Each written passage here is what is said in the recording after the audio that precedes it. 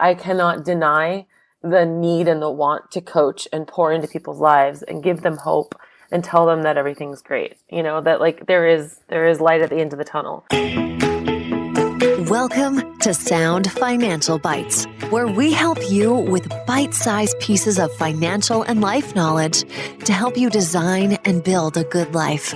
The knowledge that has been shared from stages at conferences, pages of national business magazines, and clients living across America, our host, Paul Adams, now brings directly to you.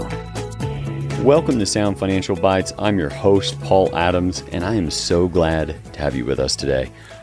We hear back from you as listeners that you're doing all kinds of things while you listen to our podcast.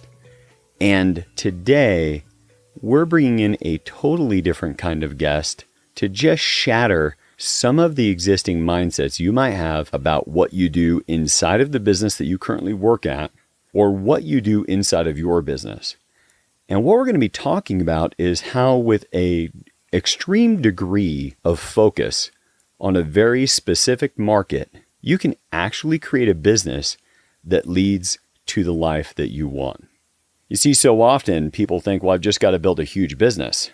But if instead what you think about is, I just need to build a business that's going to take care of the life that I want, it changes where you begin to look. So Bella Vasta, I met earlier this year at Social Media Marketing World. And Bella has a podcast, and when she told me who her podcast targets, I was blown away. It's specifically pet sitting businesses. So specific, it's not dog walkers, it's not pooper scoopers, it is pet sitters. She's designed a business all around that. She's designed a podcast all around that. And in that domain of people, she is the coach and the authority when it comes to coaching people who have pet sitting businesses. You're going to hear a bit about her journey, what brought her to where she is today, and what she does as a business. And my hope as you hear this is you're going to start to hear how you don't have to have some huge enterprise. You don't have to have something that everybody would look at and say, wow, that is a really amazing kind of business to have. All you have to have is a business and career that produces the outcomes that you care about as a part of you designing and building a good life. Bella, it's so good to have you on Sound Financial Bites today. And I'm so happy that you could be here to just share with our audience what you've been up to and just what the journey's been like as a small business owner, growing, and making sure that that lines up with the life that you're working to build instead of what so many people do is just drift into a bigger and bigger career. So welcome to Sound Financial Bites. Thanks for having me. I'm honored to be here, Paul. Now, if you can, for our audience, could you just, you've got such a great story of both. You've had a business that you started, like many people started a business out of necessity or because that was what was in front of you, like drifted into it. You then had a crucible event in life that put you in the position where you said, I need to reinvent what I do for work, which then landed you where you are now, where your work is designed around your life. So perhaps you could just kind of start sharing with our audience a little bit about that journey, and then I'll probably bob in and out with you asking a few questions to go deeper. For sure. So when I was 22, I had transferred colleges back to actually live with my parents. And when I was a junior going to college, my parents thought it would be a good idea to give me a curfew. Well, of course, I didn't like that. So the first opportunity that someone gave me to sleep with their pets and pay me, I was ready to pay them. I had no idea that happened. So that was back in 2002. So I started doing that, and you fast forward a couple years later, and I graduated, and my parents are telling me I need to get a real job. So I did. I went to Paychecks. I got hired. I worked there for 2 weeks before I had a quote family emergency and ran out the door and never came back. I realized that I wasn't really cut out to work for someone else. I didn't like someone else telling me, what to do. I really didn't, actually, at the end of the day. So I decided I wanted to make this pet sitting thing work. And so I just started hustling. I made a lot of mistakes. I looked at what everyone else was doing at the beginning and tried to copy them until I realized that what really mattered is what I wanted. But I was in my 20s, Paul. I had no idea what I wanted.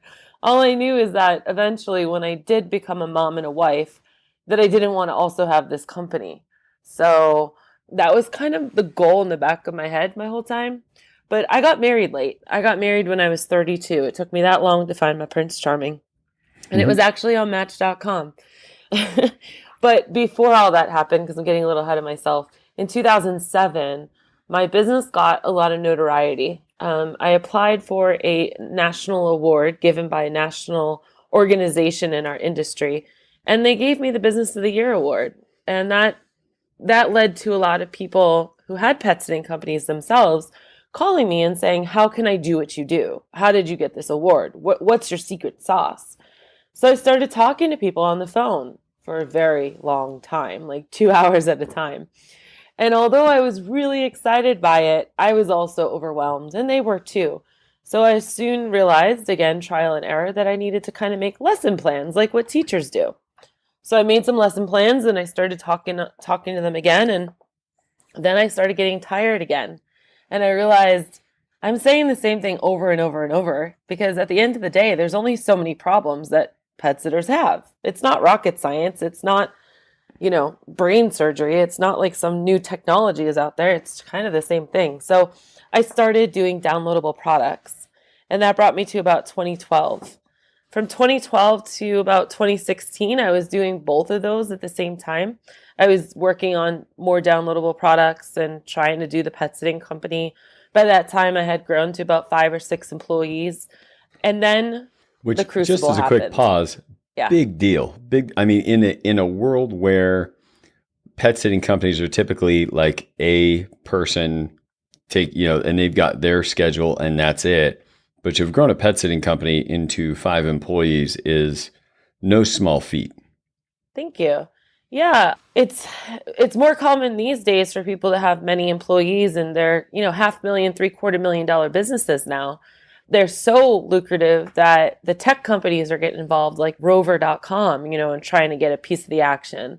But it definitely was, the industry itself started in the late 80s and was still really in the infancy stage when I was developing mine. But then in 2012, I did meet my Prince Charming. And on 1414, January 4th, 2014, we got married. And we had a honeymoon baby.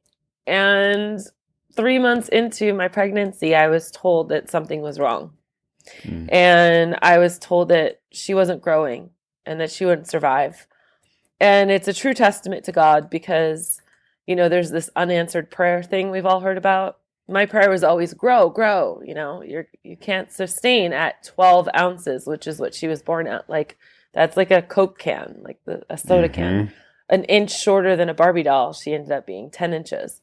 And I kept praying, grow. And if she grew, she would have died because her body couldn't have sustained. But Paul, going through all of that, obviously I was on bed rest. I had her 6 months. At 6 months, it was 28 weeks, 5 days. First 3 months was like, yay, I'm pregnant, but no one knows, and I'm not telling anyone, and I'm not showing. And then the minute I started showing, it was disaster. It was tumultuous, and I was on bed rest and going through a lot. And so I had this coaching company that I was doing online that no one knew what was going on to the woman typing behind the computer, right? And the pet sitting company, luckily, I had staff. If I did not have staff, all of that hard work would have faltered. It would have crumbled. I could not be out there doing anything, but I could run it from my bed. And that was a big turning point, Paul. Big turning point. So once Olivia was born in July, only 6 months after conception, we spent the next 6 months in the hospital. So from July 2014 to December 2014, I was in NICU next to her, probably for about 10 hours a day. I'd get there in the morning when all the doctors would round up. I was dealing with my own stress and all kinds of stuff from the situation. But again, the whole time, both businesses were running. And we ended up coming home in January 2015. And after the dust settled about a year later, because we also had nursing in our home and oxygen and all kinds of stuff, lots of doctor's appointments, realizing, oh my gosh, what did we just go through? Once the dust settled, I stayed true to my original vision, Paul, of I wanted to sell the company. It wasn't because of Olivia, but it was just fulfilling my own desire. It was a season in my life that I had that business, and it taught me and introduced me to everything I have now. And I'll always be grateful. But as God may have it again, I put it on the market and it sold within 2 weeks. And I am proud about that and wanted to share that because the person who bought it believed in it because of the numbers, because I had the right profit margins and labor costs and could show that consecutive growth, and that I didn't need to be a part of it in order for it to happen. So essentially, I had proof of concept. Yeah, having grown a business, put yourself in a position where you marketed it well, hired employees, trained them properly, had a situation where unexpectedly you had to be gone for an extended period of time outside the business, and the business was still standing and sellable. Yeah, I would say that that is a pretty strong test case. I thought so. And I was like so excited. And I had a little bit of a blessing in a way, because I already had this coaching gig, if you want to call it, going on. And it wasn't like I just dropped the company and then I was like, oh my gosh, who am I? What do I do? I was still able to be around my people. I was still continuing on what I was doing. I just decided to vamp it up so that I could put all of my working energy on it when I wanted to work and do the things that I love to do, which is like marketing.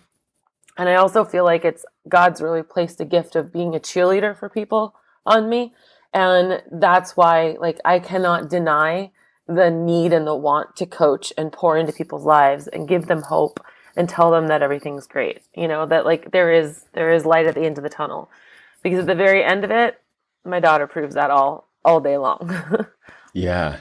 Well, and only because our listeners are probably like, if I don't ask this, I'm going to get emails. How's your daughter doing now? Incredible, Paul. She actually turns 3 this summer, and or turned 3 this summer. And if you saw her today, you would have no idea. She starts preschool in August. She's running around. She's giggling. She's so lovable. She's off her oxygen. She has a couple of developmental delays.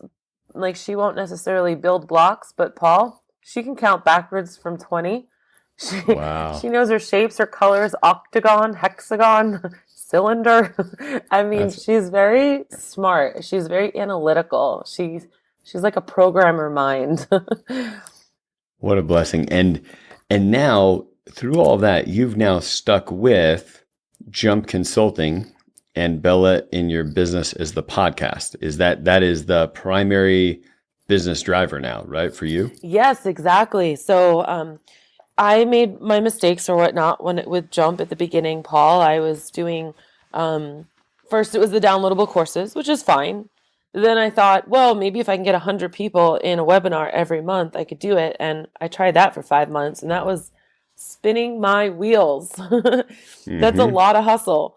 And then I had my coach, because I think that everyone should have a coach. I think you should, if anyone out there is looking for a coach or a mentor, I think you need to ask them who's their coach or mentor, or how do they feel about having their own coaching, because you have to be a product of it and you have to be a learner. Like, you can't be a teacher all the time. You have to be a good student. So I was listening to a lot of people, and a lot of people were telling me to go a membership site. And I've actually done that before and didn't like it. But I figured out how to put my own spin on it. And so I love doing marketing. I'm very creative. So I figured out a way to do a package where people enter in my program 6 months at a time, pet sitters, and I provide them with all the marketing materials that they're too busy to do.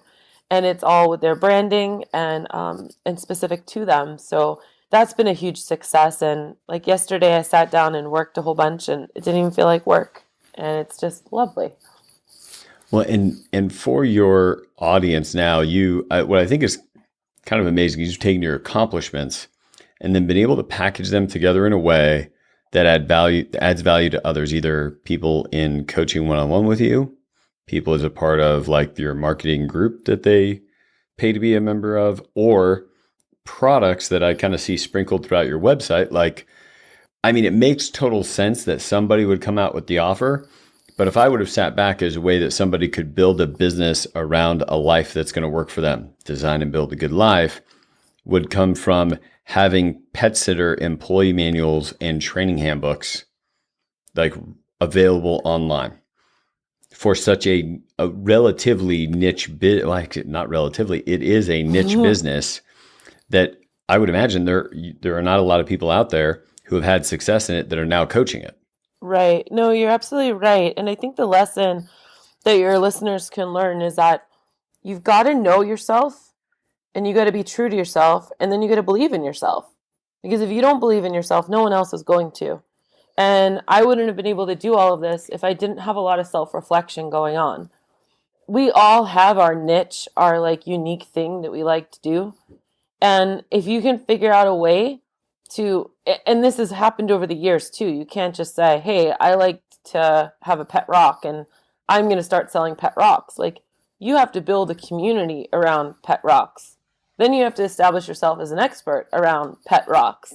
Then you can start manipulating all of that around pet. There's these building stages that must happen. But if you build it with that intention, then you're never working a day in your life. And I've even niched it down a little bit more, Paul. I started in January. The tail end of this story is that after all the trauma I'd been through, I had severe PTSD and post-traumatic depression, and I was living off of caffeine and sugar, taking naps every day, brain fog, to the point my husband would say something to me in the morning and I'd be like, what? He's like, we talked about it this morning. You really don't remember? And I'm like, no. Like, my memory was shot and I'm like 34 years old. Like, that's how bad it was. And I had an opportunity and I took it and I started working out every day and I started eating better every day, doing meal planning and prepping. I joined a community of people that were doing it. And it's changed my life the past 6 months. I've lost 28 pounds and 22 inches or whatever. But that doesn't even matter. The part that matters is that every morning I wake up and I empower myself. I believe in myself. I do something that I didn't think I could do. And so how I niche that down more is so many pet sitters are just like me.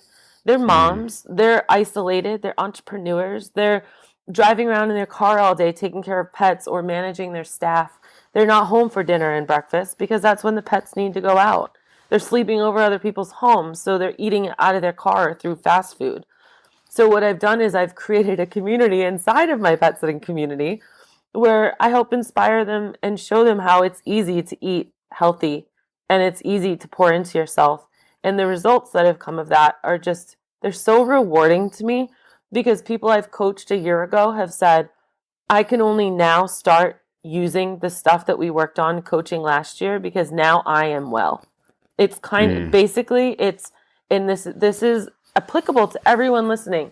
You have to be well within yourself. People call it self-development. People call it believing in yourself. You have to be strong. It doesn't mean that your business can't survive without you being strong, but it can't thrive and explode without you being strong. Does that make sense?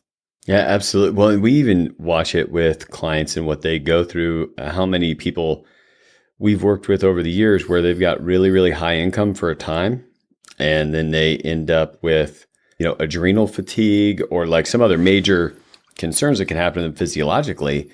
And on the back end, if they've saved a lot of money, they will use a lot of that wealth and it'll be depleted to take care of their health because they, without realizing it, they were just running a deficit.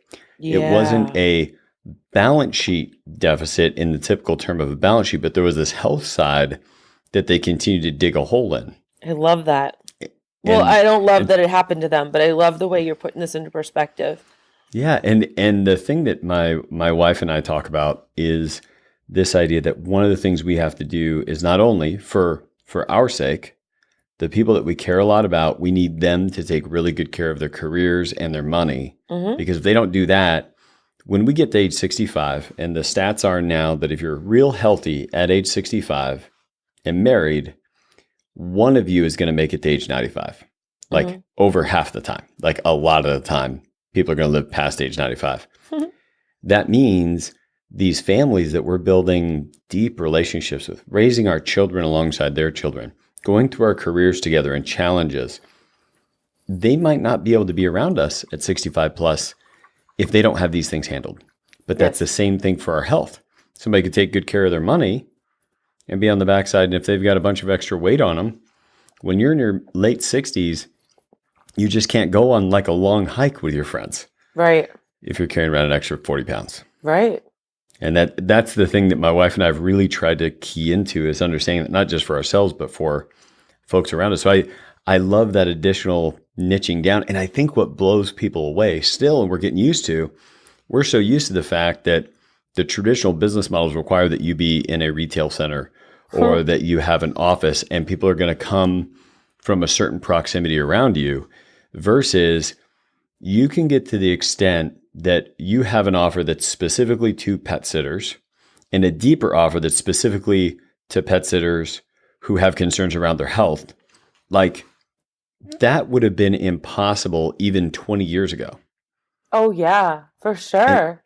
But today you can run a profitable and successful business with that degree of niche. And I think that for our listeners, if there's somebody who's thinking about jumping into small business ownership, or there's somebody that's an executive somewhere, or they're an existing business owner that's thinking, man, this seems so broad what I'm doing and who's my customer.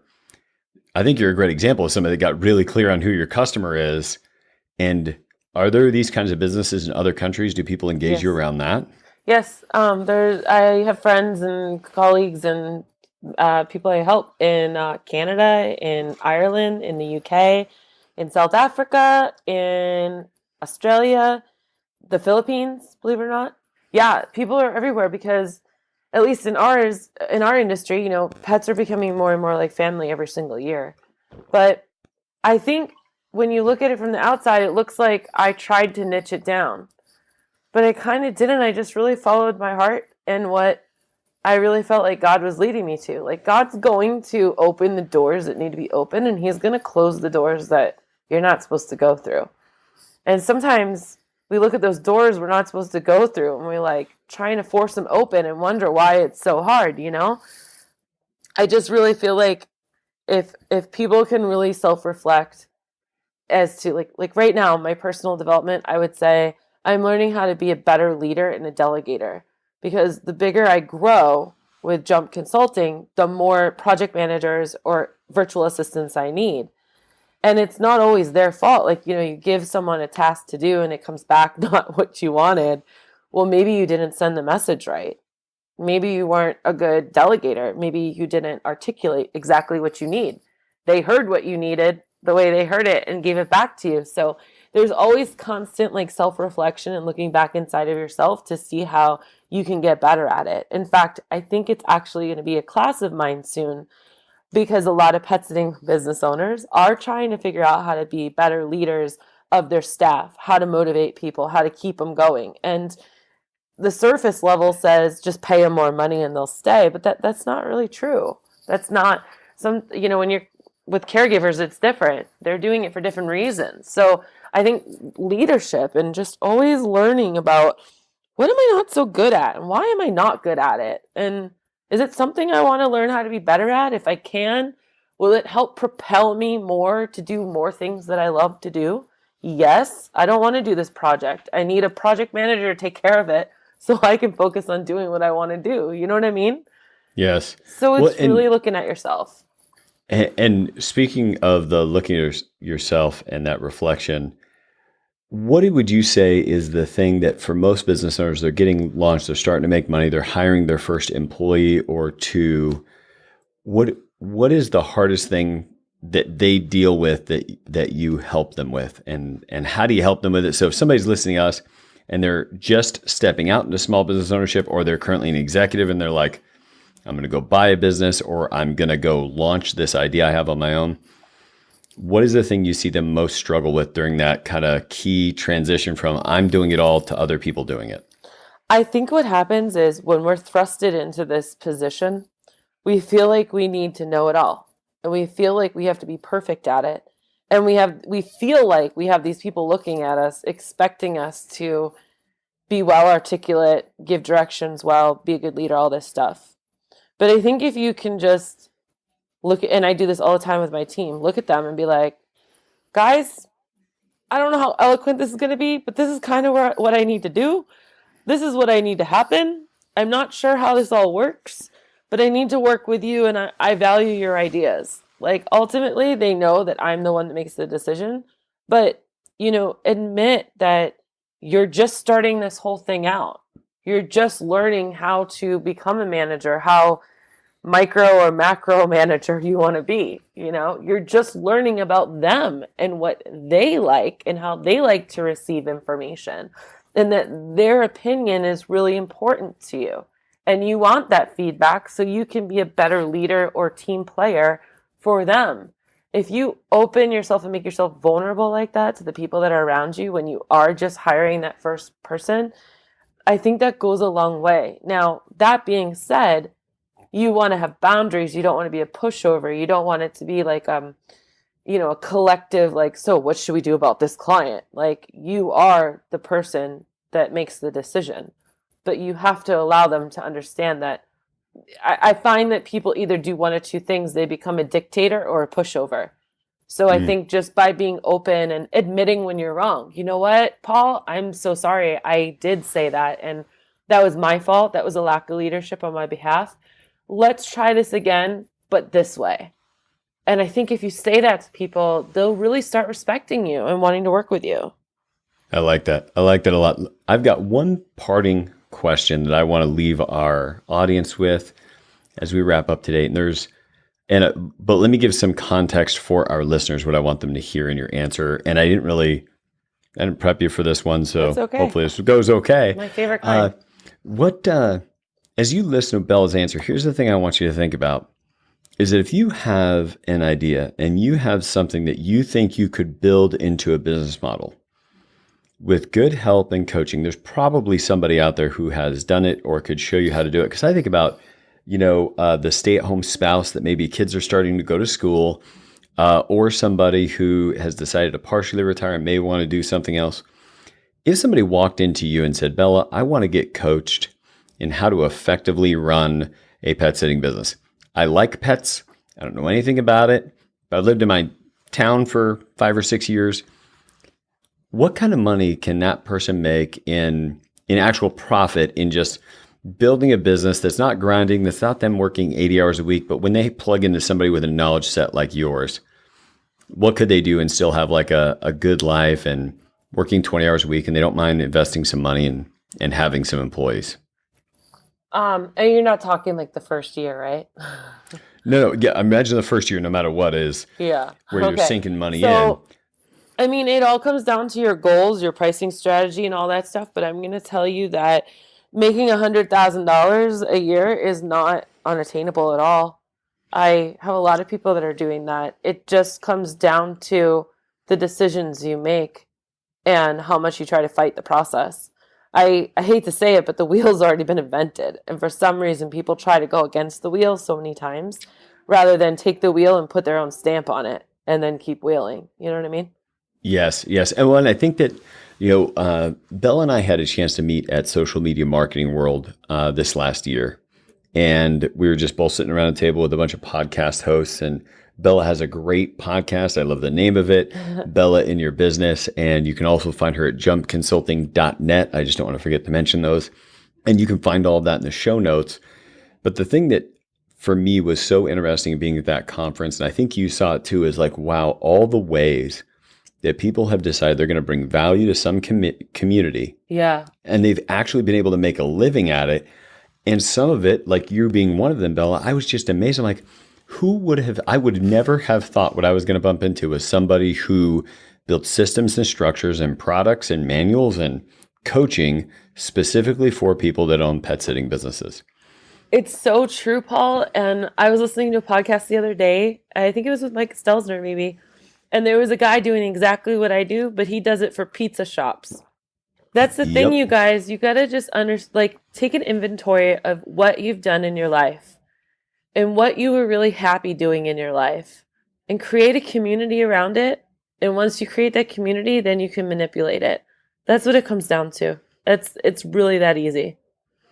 Well, and I know the context of what you mean by manipulating that community is the same way that like a physical therapist manipulates our legs so that our muscles aren't as sore, or it is that ability to be able to come in, solve issues for them, get them headed the right direction, and doing so in a way that they're willing to transact with you so that you can have the life that you want.